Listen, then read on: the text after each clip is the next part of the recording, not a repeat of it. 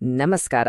ಇವತ್ತು ನಾವು ಮಾತಾಡೋಕೆ ಬಂದಿರೋದು ಕೇವಲ ಒಂದು ಚುನಾವಣೆಯ ಫಲಿತಾಂಶದ ಬಗ್ಗೆ ಅಲ್ಲ, ಅದಕ್ಕಿಂತ ಆಳವಾಗಿ ಒಂದು ಜನಾದೇಶದ ಒಳರಚನೆಯನ್ನೇ ಅರ್ಥ ಮಾಡ್ಕೊಳ್ಳೋಕೆ ಹೊರಟಿದ್ದೇವೆ.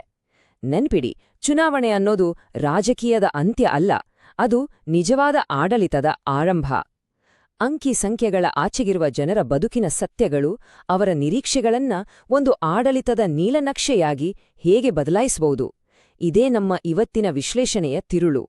ಬೆಳ್ತಂಗಡಿಯ ಈ ಅಧ್ಯಯನ ಆಡಳಿತದಲ್ಲಿ ದತ್ತಾಂಶ ವಿಜ್ಞಾನದ ಒಂದು ಪ್ರಯೋಗ ಅಷ್ಟೇ. ಬನ್ನಿ, ನಾವು ಕರ್ನಾಟಕದ ದಕ್ಷಿಣ ಕನ್ನಡ ಜಿಲ್ಲೆಗೆ ಹೋಗೋಣ. ಪಶ್ಚಿಮ ಘಟ್ಟಗಳ ಮಡಿಲಲ್ಲಿರುವ ಬೆಳ್ತಂಗಡಿ ಕ್ಷೇತ್ರದತ್ತ ನಮ್ಮ ಗಮನ ಹರಿಸೋಣ. ನೋಡಿ, ಯಾವುದೇ ಒಂದು ಜಾಗದ ರಾಜಕೀಯವನ್ನ ಅರ್ಥ ಮಾಡ್ಕೊಳ್ಬೇಕಾದ್ರೆ ಮೊದಲು ನಾವು ಆ ಮಣ್ಣಿನ ನಾಡಿಮಿಡಿತವನ್ನ ಅರಿಬೇಕು. ಅಲ್ಲಿನ ಜನರ ಬದುಕು ಹೇಗಿದೆ, ಅವರ ಸವಾಲುಗಳೇನು, ಇವುಗಳೇ ಅಲ್ಲಿನ ರಾಜಕೀಯದ ದಿಕ್ಕನ್ನು ನಿರ್ಧರಿಸೋದು. ಹಾಗಾಗಿ ಇದು ಕೇವಲ ಒಂದು ಕ್ಷೇತ್ರದ ವಿಶ್ಲೇಷಣೆ ಅಲ್ಲ, ಬದಲಿಗೆ ನೆಲದ ವಾಸ್ತವವನ್ನೇ ಆಧಾರವಾಗಿಟ್ಕೊಂಡು ಜನರ ಬದುಕನ್ನ ಚೆನ್ನಾಗಿ ಮಾಡೋ ಆಡಳಿತವನ್ನ ಹೇಗೆ ರೂಪಿಸ್ಬೋದು ಅನ್ನೋದಕ್ಕೆ ಇದೊಂದು ಮಾದರಿ. ಹಾಗಾದ್ರೆ ನಿಜಕ್ಕೂ ಒಬ್ಬ ಮತದಾರನ ಮನಸ್ಸನ್ನ ಯಾವುದು ಬದಲಾಯಿಸುತ್ತೆ? ಅಭ್ಯರ್ಥಿಯ ವರ್ಚಸ್ವೇ, ಪಕ್ಷದ ಚಿಹ್ನೆಯೇ, ಅಥವಾ ಇವೆಲ್ಲವನ್ನೂ ಮೀರಿ ಅವರ ದೈನಂದಿನ ಬದುಕಿನ ಮೇಲೆ ನೇರವಾಗಿ ಪರಿಣಾಮ ಬೀರುವ ವ್ಯವಸ್ಥೆಯೊಳಗಿನ ಆಳವಾದ ಕಾರಣಗಳು ಇವೆಯಾ? ನಮ್ಮ ಹುಡುಕಾಟ ಇರೋದೇ ಈ ವ್ಯವಸ್ಥೆಯೊಳಗಿನ ಕಾರಣಗಳಿಗಾಗಿ. ವ್ಯಕ್ತಿಗಳನ್ನ ಬದಿಗಿಟ್ಟು ವ್ಯವಸ್ಥೆಯನ್ನ ವಿಶ್ಲೇಷಿಸೋಣ. ನಮ್ಮ ಇವತ್ತಿನ ವಿಶ್ಲೇಷಣೆಯ ದಾರಿ ಇದು. ಮೊದಲು ಕ್ಷೇತ್ರದ ಒಂದು ಚಿತ್ರಣವನ್ನ ನೋಡೋಣ, ಆಮೇಲೆ ಚುನಾವಣೆಯ ನಾಡಿಮಿಡಿತ ಹೇಗಿದೆ ಅಂತ ತಿಳಿಯೋಣ, ಆನಂತರ ಜನರ ಹೇಳಲಾಗದ ಅಸಮಾಧಾನಗಳೇನು, ಅವುಗಳಿಗೆ ಆಡಳಿತದ ನೀಲನಕ್ಷೆ ಹೇಗಿರಬೇಕು, ದಾರಿಯಲ್ಲಿ ಎದುರಾಗೋ ರಾಜಕೀಯ ಸವಾಲುಗಳೇನು, ಮತ್ತೆ ಕೊನೆಯದಾಗಿ ಸಿಕ್ಕ ಜನಾದೇಶವನ್ನ ಒಂದು ದೊಡ್ಡ ಧ್ಯೇಯವಾಗಿ ಬದಲಾಯಿಸೋದು ಹೇಗೆ ಅಂತ ಹಂತಹಂತವಾಗಿ ನೋಡೋಣ. ಮೊದಲನೇ ಭಾಗ, ಕ್ಷೇತ್ರದ ಚಿತ್ರಣ. ಅಂದರೆ ಇಲ್ಲಿನ ಜನರು, ಅವರ ಭೂಮಿ ಮತ್ತು ಅವರ ಜೀವನೋಪಾಯ. ಯಾವುದೇ ಒಂದು ಆಡಳಿತದ ನೀಲನಕ್ಷೆಗೆ ಅಡಿಪಾಯ ಹಾಕೋದು ಇಲ್ಲಿಂದಲೇ. ಈ ನೆಲದ ಸತ್ಯವನ್ನ ಅರಿಯದೇ ಮಾಡುವ ಯಾವುದೇ ಯೋಜನೆ ಯಶಸ್ವಿಯಾಗಲ್ಲ. ಈ ಸಂಖ್ಯೆಯನ್ನ ಸರಿಯಾಗಿ ಗಮನಿಸಿ. 94% ಗ್ರಾಮೀಣ ಜನಸಂಖ್ಯೆ. ಇದು ಕೇವಲ ಒಂದು ಅಂಕಿಅಂಶ ಅಲ್ಲ, ಇದು ಬೆಳ್ತಂಗಡಿಯ ಸಂಪೂರ್ಣ ರಾಜಕೀಯ ವಾಸ್ತವ. ಇದರ ಅರ್ಥ ಏನು? ಅಂದ್ರೆ ಇಲ್ಲಿನ ಆರ್ಥಿಕತೆ, ಸಂಸ್ಕೃತಿ, ರಾಜಕೀಯ ಎಲ್ಲವೂ ಹಳ್ಳಿಯ ಸುತ್ತಾನೇ ಗಿರ್ಕಿ ಹೊಡೆಯುತ್ತೆ. ಜನರ ಬದುಕು ಕೃಷಿ, ತೋಟಗಾರಿಕೆ ಮತ್ತು ಪ್ರಕೃತಿಯ ಜೊತೆ ಬೆಸೆದುಕೊಂಡಿದೆ. ನಗರಗಳ ಅಭಿವೃದ್ಧಿ ಮಾದರಿಗಳು ಇಲ್ಲಿ ಯಾಕೆ ಕೆಲಸ ಮಾಡಲ್ಲ ಅನ್ನೋದಿಕ್ಕೆ ಈ ಒಂದೇ ಸಂಖ್ಯೆ ಸಾಕು. ಇಲ್ಲಿನ ಆಡಳಿತದ ಆದ್ಯತೆಗಳು ಗ್ರಾಮೀಣ ರಸ್ತೆ, ನೀರು, ಕೃಷಿ ಬೆಂಬಲ ಮತ್ತು ಹಳ್ಳಿಯಲ್ಲೇ ಕೆಲಸ ಸೃಷ್ಟಿಸುವುದಾಗಿರಲೇಬೇಕು. ಇನ್ನು ಸಾಮಾಜಿಕವಾಗಿ ನೋಡಿದ್ರೆ ಇಲ್ಲಿನ ವೈವಿಧ್ಯತೆ ಕಣ್ಣಿಗೆ ರಾಚುತ್ತೆ. ಹಿಂದೂ, ಮುಸ್ಲಿಂ, ಕ್ರಿಶ್ಚಿಯನ್ ಸಮುದಾಯಗಳು, ಜೊತೆಗೆ ಪರಿಶಿಷ್ಟ ಜಾತಿ ಮತ್ತು ಪಂಗಡದ ಜನರೂ ಇದ್ದಾರೆ. ಬಿಲ್ಲವ ಮತ್ತು ಒಕ್ಕಲಿಗರಂತಹ ಪ್ರಬಲ ಹಿಂದುಳಿದ ವರ್ಗಗಳೂ ಇವೆ. ಈ ವೈವಿಧ್ಯವೇ ಈ ಕ್ಷೇತ್ರದ ಶಕ್ತಿ. ಆದ್ರೆ ಪ್ರತಿಯೊಂದು ಸಮುದಾಯದ ಆಸೆ ಆಕಾಂಕ್ಷೆಗಳನ್ನ, ಅವರದೇ ಆದ ಸವಾಲುಗಳನ್ನ ಆಡಳಿತ ಅರ್ಥ ಮಾಡ್ಕೊಳ್ದಿದ್ರೆ ಇದೇ ಸಾಮಾಜಿಕ ಬಿರುಕುಗಳಿಗೆ ಕಾರಣವಾಗಬಹುದು. ಎಲ್ಲರನ್ನೂ ಒಳಗೊಂಡ ಅಭಿವೃದ್ಧಿ ಮಾತ್ರ ಇಲ್ಲಿ ಶಾಶ್ವತ ರಾಜಕೀಯಕ್ಕೆ ಅಡಿಪಾಯ ಹಾಕಬಲ್ಲದು. ಸರಿ, ಈಗ ಬರೋಣ ಎರಡನೇ ಭಾಗಕ್ಕೆ, ಚುನಾವಣೆಯ ನಾಡಿಮಿಡಿತ. ನೋಡಿ, ಸಂಖ್ಯೆಗಳಿಗೆ ಭಾವನೆಗಳು ಇರಲ್ಲ, ನಿಜ. ಆದ್ರೆ ಅವು ಜನರ ಭಾವನೆಗಳನ್ನ ಸ್ಪಷ್ಟವಾಗಿ ತೋರಿಸುವ ಕನ್ನಡಿ ಇದ್ದಾಗೆ. ಬನ್ನಿ, ಆ ಸಂಖ್ಯೆಗಳು ಹೇಳೋ ಕಥೆಯನ್ನ ಕೇಳೋಣ. ಈ ಸ್ಲೈಡ್ ಇದೆಯಲ್ಲ, ಇದು ನಮ್ಮ ಇವತ್ತಿನ ವಿಶ್ಲೇಷಣೆಯ ಹೃದಯ ಭಾಗ. 2018 ಮತ್ತು 2023 ಎರಡೂ ಸಲ ಒಂದೇ ಪಕ್ಷ ಗೆದ್ದಿದೆ, ಸರಿ. ಆದರೆ ಬರೀ ಗೆಲುವನ್ನ ನೋಡಿದ್ರೆ ಅದು ಮೇಲ್ನೋಟದ ವಿಶ್ಲೇಷಣೆಯಾಗುತ್ತೆ. ನಾವು ನೋಡ್ಬೇಕಾಗಿರೋದು ಆ ಗೆಲುವಿನ ಅಂತರವನ್ನ. 2018ರಲ್ಲಿ ಸುಮಾರು 23,000 ವೋಟುಗಳಿದ್ದ ಅಂತರ 2023ರಲ್ಲಿ 18,000ಕ್ಕೆ ಇಳಿದಿದೆ.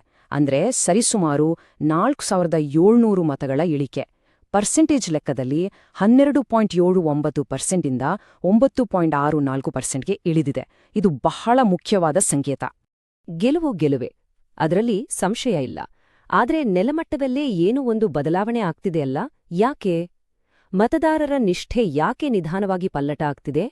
ಈ ಕುಸಿತ ತಾತ್ಕಾಲಿಕವಾ ಅಥವಾ ಜನರೊಳಗಿನ ಆಳವಾದ ಅಸಮಾಧಾನದ ಪ್ರತಿಫಲವಾ? ಈ ಪ್ರಶ್ನೆಗೆ ಉತ್ತರ ಹುಡುಕೋದೇ ಉತ್ತಮ ಆಡಳಿತದ ಕಡೆಗೆ ಇಡೋ ಮೊದಲ ಹೆಜ್ಜೆ. ಇದು ಆಡಳಿತ ವ್ಯವಸ್ಥೆಗೆ ಒಂದು ಎಚ್ಚರಿಕೆಯ ಗಂಟೆ ಇದ್ಹಾಗೆ. ಈಗ ನಾವು ನಮ್ಮ ವಿಶ್ಲೇಷಣೆಯ ಮೂರನೇ ಮತ್ತು ಅತಿ ಮುಖ್ಯವಾದ ಭಾಗಕ್ಕೆ ಬರ್ತಾ ಇದ್ದೀವಿ. ಜನರ ಹೇಳಲಾಗದ ಅಸಮಾಧಾನಗಳು. ಆ ಅಂಕಿಅಂಶಗಳ ಹಿಂದಿರೋ ಮನುಷ್ಯರ ಕಥೆಗಳನ್ನ ಹುಡುಕೋಣ. ಮತದಾರರ ಮೌನದ ಹಿಂದಿರೋ ನೋವಿಗೆ ಕಿವಿಯಾಗೋಣ. ನಮ್ಮ ಕ್ಷೇತ್ರ ಅಧ್ಯಯನದ ಪ್ರಕಾರ 3 ಮುಖ್ಯವಾದ ವ್ಯವಸ್ಥಿತ ಸಮಸ್ಯೆಗಳು ಜನರ ಅಸಮಾಧಾನಕ್ಕೆ ಮೂಲ ಕಾರಣ. ಮೊದಲನೇದು ಅಭಿವೃದ್ಧಿಯ ಅಂತರ, ಅಂದ್ರೆ ಭರವಸೆಗಳಿಗೂ ವಾಸ್ತವಕ್ಕೂ ಇರೋ ದೊಡ್ಡ ಕಂದಕ. ಎರಡನೇದು ಉದ್ಯೋಗದ ಬಿಕ್ಕಟ್ಟು, ಅದರಲ್ಲೂ ಮುಖ್ಯವಾಗಿ ಯುವಕರಲ್ಲಿ. ಮತ್ತು ಮೂರನೇದು ಕಲ್ಯಾಣ ಯೋಜನೆಗಳಿಂದಾದ ನಿರಾಸಕ್ತಿ, ಅಂದ್ರೆ ಯೋಜನೆಗಳು ತಲುಪಿದ್ರೂ ಜನರ ಬದುಕಿನಲ್ಲಿ ದೊಡ್ಡ ಬದಲಾವಣೆ ತರದ ಸ್ಥಿತಿ. ಇವು 3 ಬೇರೆ ಬೇರೆ ಸಮಸ್ಯೆಗಳಲ್ಲ, ಒಂದಕ್ಕೊಂದು ಬೆಸೆದುಕೊಂಡಿವೆ. ಮೊದಲನೇ ಸಮಸ್ಯೆ ಅಭಿವೃದ್ಧಿಯ ಅಂತರ. ಇದನ್ನ ಅರ್ಥ ಮಾಡ್ಕೊಳ್ಳೋಕೆ ನಾವು ಮತ್ತೆ ಅದೇ ಸಂಖ್ಯೆಗೆ ವಾಪಸ್ ಹೋಗ್ಬೇಕು. 94.5% ಜನ ಇರೋದು ಹಳ್ಳಿಗಳಲ್ಲಿ. ಅವರ ಜೀವನದ ನಿಜವಾದ ಸ್ಥಿತಿ ಏನು? ಅವರ ಮೂಲಭೂತ ಅಗತ್ಯಗಳಾದ್ರೂ ಪೂರೈಕೆ ಆಗ್ತಾ ಇದೆಯಾ? ದೊಡ್ಡ ದೊಡ್ಡ ಯೋಜನೆಗಳ ಘೋಷಣೆಗಳು ಅವರ ಮನೆ ಬಾಗಿಲನ್ನ ತಟ್ಟಿದ್ಯಾ? ಈ ಸಂಖ್ಯೆಯನ್ನ ನೋಡಿ. 2011ರ ಜನಗಣತಿಯ ಪ್ರಕಾರ ಇಡೀ ತಾಲೂಕಿನಲ್ಲಿ ಕೇವಲ 8,800 ಮನೆಗಳಿಗೆ ಮಾತ್ರ ಪೈಪ್ ನೀರಿನ ಸಂಪರ್ಕ ಇತ್ತು. ಕ್ಷೇತ್ರದ ಒಟ್ಟು ಮನೆಗಳಿಗೆ ಹೋಲಿಸಿದ್ರೆ ಇದು ಏನೂ ಅಲ್ಲ. ವರ್ಷಗಳು ಕಳೆದಿದೆ, ಯೋಜನೆಗಳು ಬಂದಿವೆ, ಆದ್ರೂ ಇವತ್ತಿಗೂ ಎಷ್ಟೋ ಹಳ್ಳಿಗಳಲ್ಲಿ ಶುದ್ಧ ಕುಡಿಯೋ ನೀರು ಒಂದು ದೊಡ್ಡ ಸವಾಲು. ಇದು ಬರೀ ನೀರಿನ ಸಮಸ್ಯೆಯಲ್ಲ, ಇದು ಆಡಳಿತದ ವಿತರಣಾ ವ್ಯವಸ್ಥೆಯಲ್ಲಿರೋ ವೈಫಲ್ಯವನ್ನ ತೋರ್ಸುತ್ತೆ. ಜನರ ಬಾಯಲ್ಲೇ ಕೇಳೋದಾದ್ರೆ, ನಮಗೆ ಟಿವಿಯಲ್ಲಿ ದೊಡ್ಡ ದೊಡ್ಡ ಮಿಷನ್ ಹೆಸರುಗಳೆಲ್ಲ ಕೇಳಿಬಂತು, ಆದ್ರೆ ನಮ್ಮ ಮನೆಗೆ ಇನ್ನೂ ಶುದ್ಧ ನೀರು ಬಂದಿಲ್ಲ, ನಮ್ಮ ಓಣಿ ರಸ್ತೆಗೆ ಡಾಂಬರು ಬಿದ್ದಿಲ್ಲ. ಈ ಒಂದು ವಾಕ್ಯ ಆ ಅಭಿವೃದ್ಧಿಯ ಅಂತರದ ಸಂಪೂರ್ಣ ಚಿತ್ರಣವನ್ನ ಕಟ್ಕೊಡುತ್ತೆ, ಡೇಟಾಗೆ ಜೀವಂತ ಧ್ವನಿ ಕೊಡುತ್ತೆ. ಅಷ್ಟೇ ಅಲ್ಲ, ಇದು ಜನರ ಘನತೆಯ ಪ್ರಶ್ನೆ ಕೂಡ. ನಮ್ಮ ಸಂವಿಧಾನ ಪ್ರತಿಯೊಬ್ಬ ಪ್ರಜೆಗೂ ಘನತೆಯಿಂದ ಬದುಕು ಹಕ್ಕನ್ನ ಕೊಟ್ಟಿದೆ. ಮೂಲಭೂತ ಸೌಕರ್ಯಗಳ ಕೊರತೆ ಆ ಘನತೆಗೆ ಧಕ್ಕೆ ತರುತ್ತೆ. ಸಾರ್ವಜನಿಕ ಜೀವನದಲ್ಲಿರುವ ನಾವು ಮಾತನಾಡುವಾಗ ಈ ಜವಾಬ್ದಾರಿಯನ್ನ ಅರಿತು ಮಾತನಾಡಬೇಕು. ಎರಡನೇ ಬಿಕ್ಕಟ್ಟು ಉದ್ಯೋಗ. ಕ್ಷೇತ್ರದಲ್ಲಿ ಕೆಲಸ ಮಾಡೋರ ಒಟ್ಟು ಸಂಖ್ಯೆ ಸುಮಾರು 1,38,000. ಆದ್ರೆ ಅವರಲ್ಲಿ ನೇರವಾಗಿ ವ್ಯವಸಾಯ ಮಾಡೋರು ಮತ್ತು ಕೃಷಿ ಕೂಲಿ ಮಾಡೋರನ್ನ ಸೇರಿಸಿದ್ರೂ ಅದು 20,000 ದಾಟಲ್ಲ. ಹಾಗಾದ್ರೆ ಉಳಿದ 1,00,000ಕ್ಕೂ ಹೆಚ್ಚು ಜನ ಏನ್ ಮಾಡ್ತಿದ್ದಾಯೆ? ಅವರಲ್ಲಿ ಬಹುತೇಕರು ಅಸಂಘಟಿತ ವಲಯದಲ್ಲಿ ದಿನಗೂಲಿಯನ್ನೇ ನಂಬಿ ಅಸ್ಥಿರವಾದ ಆದಾಯದಲ್ಲಿ ಬದುಕ್ತಾ ಇದ್ದಾರೆ. ಕೃಷಿ ಬಿಕ್ಕಟ್ಟಿನಲ್ಲಿದೆ, ಹೊಸ ಉದ್ಯೋಗಗಳು ಸೃಷ್ಟಿಯಾಗ್ತಾ ಇಲ್ಲ. ಇದು ಯುವಕರಲ್ಲಿ ಹತಾಶೆ ಮತ್ತು ವಲಸೆಗೆ ಕಾರಣವಾಗ್ತಿದೆ. ಇದು ಬರೀ ಆರ್ಥಿಕ ಸಮಸ್ಯೆಯಲ್ಲ, ಇದೊಂದು ಸಾಮಾಜಿಕ ಬಿಕ್ಕಟ್ಟು. ಸರಿ, ಇಲ್ಲಿಯವರೆಗೆ ಸಮಸ್ಯೆಗಳನ್ನ ಆಳವಾಗಿ ನೋಡಿದ್ವಿ. ಈಗ ಪರಿಹಾರದ ದಾರಿ ಹುಡುಕೋಣ. 4ನೆಯ ಭಾಗ, ಆಡಳಿತಕ್ಕಾಗಿ ಒಂದು ನೀಲನಕ್ಷೆ. ನಮ್ಮ ವಿಶ್ಲೇಷಣೆಯನ್ನ ಕ್ರಿಯೆಯಾಗಿ ಪರಿವರ್ತಿಸೋದು ಹೇಗೆ? ದತ್ತಾಂಶದ ಆಧಾರದ ಮೇಲೆ ಜನರ ಅಗತ್ಯಗಳಿಗೆ ಸ್ಪಂದಿಸೋ ಆಡಳಿತವನ್ನ ರೂಪಿಸೋದು ಹೇಗೆ? ನಾವು ಗುರುತಿಸಿದ 3 ಮುಖ್ಯ ಸಮಸ್ಯೆಗಳಿಗೆ ನೇರವಾದ, ಅಳತೆ ಮಾಡಬಹುದಾದ 3 ಪರಿಹಾರಗಳು ಇಲ್ಲಿವೆ. 1. ಎಲ್ಲ ಗ್ರಾಮಗಳಿಗೆ ಸರ್ವಋತು ರಸ್ತೆ ಸಂಪರ್ಕ. ಇದು ಬರೀ ರಸ್ತೆ ಅಲ್ಲ, ಇದು ಹಳ್ಳಿಯ ಆರ್ಥಿಕತೆಯ ಜೀವನಾಡಿ. 2. ಪ್ರತಿ ಮನೆಗೆ 100% ಪೈಪ್ ನೀರು ಪೂರೈಕೆ. ಇದು ಆರೋಗ್ಯ ಮತ್ತು ಘನತೆಯ ಪ್ರಶ್ನೆ. 3. ಬೆಳ್ತಂಗಡಿ ಪಟ್ಟಣದಲ್ಲಿ ಒಂದು ಗ್ರಾಮೀಣ ಕೌಶಲ್ಯ ಮತ್ತು ತಂತ್ರಜ್ಞಾನ ಕೇಂದ್ರ. ಇದು ಯುವಕರಿಗೆ ಊರಲ್ಲೇ ಒಳ್ಳೆ ಕೆಲಸ ಸಿಗೋ ಹಾಗೆ ಕೌಶಲ್ಯ ಕೊಡುತ್ತೆ. ಇವು ಕೇವಲ ಭರವಸೆಗಳಲ್ಲ, ಇವು ಆಡಳಿತದ ಕಾರ್ಯಕ್ಷಮತೆಯನ್ನ ಅಳೆಯೋ ಮಾನದಂಡಗಳು.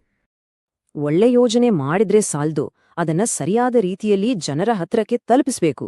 ಪ್ರತಿಯೊಂದು ವರ್ಗದ ಜನರ ಅಗತ್ಯ ಬೇರೆ ಇರುತ್ತೆ, ಅದನ್ನ ಗುರುತಿಸಿ ಮಾತಾಡಬೇಕು.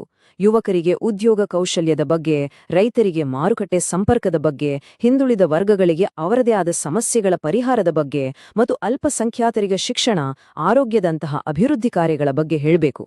ಆಡಳಿತ ಅಂದ್ರೆ ಎಲ್ಲರಿಗೂ ಒಂದೇ ನೀತಿ ಅಲ್ಲ, ಪ್ರತಿಯೊಬ್ಬರ ಅಗತ್ಯಕ್ಕೆ ಸ್ಪಂದಿಸೋದು.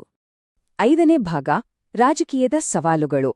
ಎಷ್ಟೇ ಒಳ್ಳೆ ಪ್ಲಾನ್ ಮಾಡಿದ್ರೂ ರಾಜಕೀಯದ ವಾಸ್ತವಗಳು ಬೇರೆನೇ ಇರುತ್ತೆ. ಆ ಸವಾಲುಗಳನ್ನ ಮೊದಲೇ ಗುರುತಿಸಿ ಅವುಗಳನ್ನ ಹೆದರಿಸಲು ಸಿದ್ಧರಾಗಿರಬೇಕು. ಇಲ್ಲಿ 3 ಮುಖ್ಯ ಅಪಾಯಗಳನ್ನ ಮತ್ತು ಅವುಗಳಿಗೆ ಬೇಕಾದ ಪ್ರತಿ ತಂತ್ರಗಳನ್ನ ನೋಡಬಹುದು. ಒಂದು ವೇಳೆ ವಿರೋಧ ಪಕ್ಷ ಒಗ್ಗಟ್ಟಾಗಿದ್ರೆ ಅದನ್ನ ಎದುರಿಸಲು ತಳಮಟ್ಟದ ಸಂಘಟನೆ ಮತ್ತು ಜನರ ಜೊತೆ ನಿರಂತರ ಸಂಪರ್ಕ ಬೇಕು. ಜಾತಿ ಸಮೀಕರಣಗಳು ಬದಲಾಗೋ ಅಪಾಯವಿದ್ರೆ ಸ್ಥಳೀಯ ಸಮುದಾಯದ ನಾಯಕರನ್ನ ವಿಶ್ವಾಸಕ್ಕೆ ತಗೋಬೇಕು. ಅವರ ಸಮಸ್ಯೆಗಳಿಗೆ ನಿರ್ದಿಷ್ಟ ಪರಿಹಾರ ಕೊಡಬೇಕು. ಇವತ್ತಿನ ಕಾಲದ ದೊಡ್ಡ ಸವಾಲು ಸುಳ್ಳು ಸುದ್ದಿ. ಇದನ್ನ ಎದುರಿಸೋಕೆ ಸತ್ಯವನ್ನ ತಕ್ಷಣವೇ ಜನರ ಮುಂದಿಡೋ ಒಂದು ಕ್ಷಿಪ್ರ ಪ್ರತಿಕ್ರಿಯಾ ತಂಡ ಸಿದ್ಧವಿರಬೇಕು. ಈಗ ನಮ್ಮ ವಿಶ್ಲೇಷಣೆಯ ಕೊನೆಯ ಹಂತಕ್ಕೆ ಬಂದಿದ್ದೀವಿ, ಜನಾದೇಶದಿಂದ ಧ್ಯೇಯದ ಕಡೆಗೆ.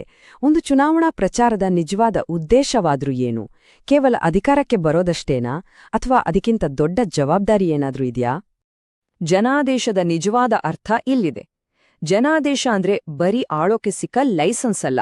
ಅದು ಜನರ ಸಮಸ್ಯೆಗಳನ್ನ ಬಗೆಹರಿಸೋಕೆ, ಅವರ ಘನತೆಯನ್ನ ಎತ್ತಿ ಹಿಡಿಯೋಕೆ ಮತ್ತು ಒಂದು ಉತ್ತಮ ಬದುಕಿನ ಭರವಸೆಯನ್ನ ಈಡೇರಿಸೋಕೆ ಮಾಡಿಕೊಂಡ ಒಂದು ಪವಿತ್ರ ಒಪ್ಪಂದ.